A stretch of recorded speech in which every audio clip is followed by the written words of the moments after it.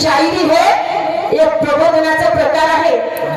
कारण आपण समाज प्रबोधन म्हणतो, राष्ट्रीय खरी गंमत।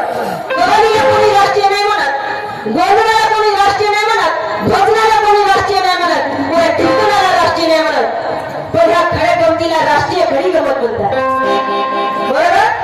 राष्ट्रीय खरी गंमत म्हणतात तर शाहीर लक्ष द्या, कारण आपल्याला समाज प्रबोधन करायचं आहे। या बसलेले आपल्यापेक्षा शहाणे बसले आहे, मला माहित आहे। आपण जरी येतं जरी टळटळ जरी करत असतो ना, तरी इथं 10 लोक शहाणे बसले आहे, त्यांना कळते खरं काय आणि खोटं काय आहे। म्हणून का समोर काय